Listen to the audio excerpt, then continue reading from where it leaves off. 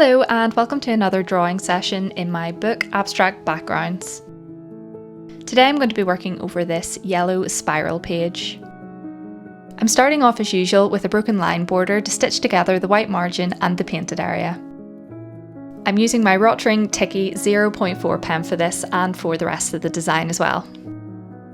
A lot of people ask on my Instagram how I achieve these lines. Best way I can describe them is that each one is actually made up of two lines. They're like very narrow little boxes which meet at the top and bottom. The lines themselves have that imperfect effect because I'm always lifting my pen up and down as I go to leave little white gaps. This line type is a particular favourite for when I'm working with a collage, so I maybe have a watercolour card meeting a ripped page from an old book or something, and this is a way to make the transition from one to another look more cohesive. It works great with two completely different papers, but it also works really well on smooth surfaces like this page, just with two different patterns. Next, I'm doing another quite thick border of leaves. This is my way of bringing the countryside into the design. This bit is 2 centimeters thick with a 5mm gap between it and the broken lines. Sometimes I like to leave this gap when I'm drawing vertical pattern strips, sometimes I don't, but in this case I wanted to because the yellow background itself is kind of acting like a pattern strip. The original artwork that I created that's used in this page was made quite a long time ago, but I'd always hold on to it just in case, and I didn't draw over the top of it at the time. That's because even before I thought to create this book, I knew in the future I'd want to use it for something else. I've lots of pages like this, stacks of watercolour papers that I didn't work over the top of yet because I knew I didn't have the exact right idea for how I wanted to develop it more, which has worked out great for this book actually. Anyway, back to this page. I initially was planning to do like little sun patterns within each of the shapes, but I've decided to work over the top of it instead. This pattern and the colours kind of remind me of autumn sunsets in the countryside, so think sunflowers, bright yellows, scarecrows, farms, general harvest stuff. So next I'm starting to rule out a grid for the main feature of this page. I want to do like a big check pattern with quite a high contrast between the light and the dark squares, but I don't want to use solid black because I think I want to do something with a bit more detail. Doing a solid black also doesn't take as long, and I have the time, so I might as well torture my hand with something a bit more detailed. Because I feel like this page reminds me of autumn sunsets, harvests and all that, I'm going to lean into the scarecrow bit for my inspiration for the dark fill. The image I conjure up in my mind when I think of scarecrows is, you know that material that they're made out of, hessian, the one that's used for like potato sacks and stuff? It's got that really nice cross-hatchy country effect, so I'm going to try that.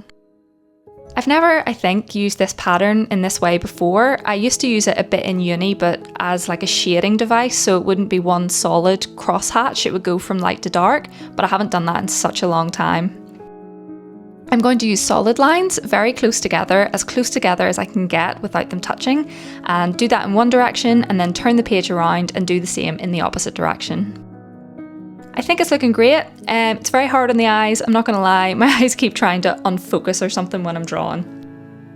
But yeah, I do this to myself, I'm always drawing black patterns on white or a bright colour, so obviously it's going to do that, but it'll be worth it, I hope.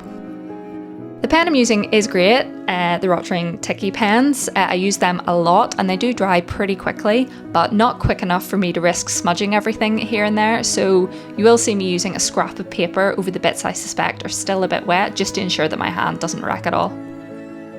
I should have whipped out the tracing paper actually. I used it for the first time before on something that kept smudging and it was really good because you can actually see what's underneath it, but this scrap of paper was just sitting on the floor beside me, so that's why I went with it.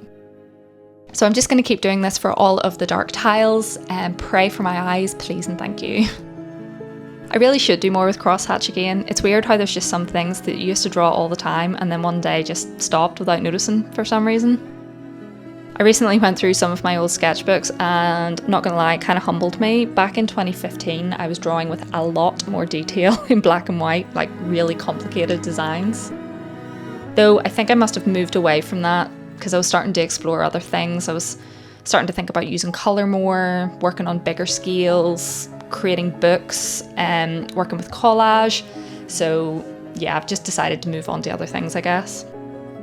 It was a nice reminder though that I can do these very detailed, complicated compositions and Here, maybe I'll explore those again sometime. Obviously at the time I did just want to try other things, but it's almost like I forgot until I looked at them that that's the way I even used to draw, like every day. Okay, now a bit of a tangent, but this is reminding me of a time in uni when I was going through some old primary school drawings and my mum showed me this black and white pencil study that I'd done of a shoe, and it was like at an angle with shading, and I'd done it when I was about 10 and it was pretty good.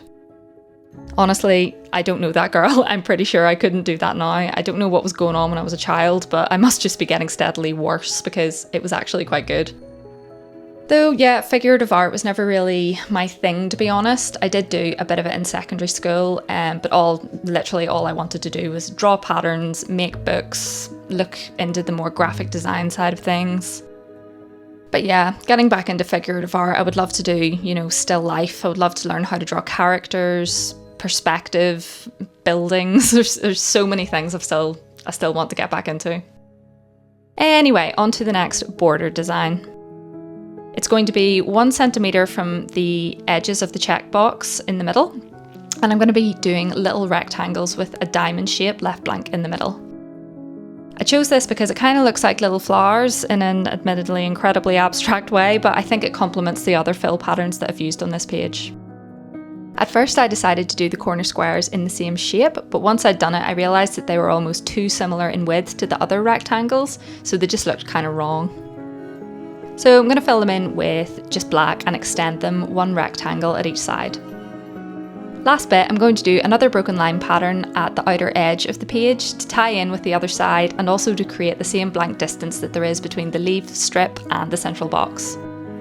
So yeah, I'm just going to continue doing those broken lines all the way up this side of the page. Thanks so much for taking the time to watch this video. I hope you enjoy it, and I'll see you in the next one.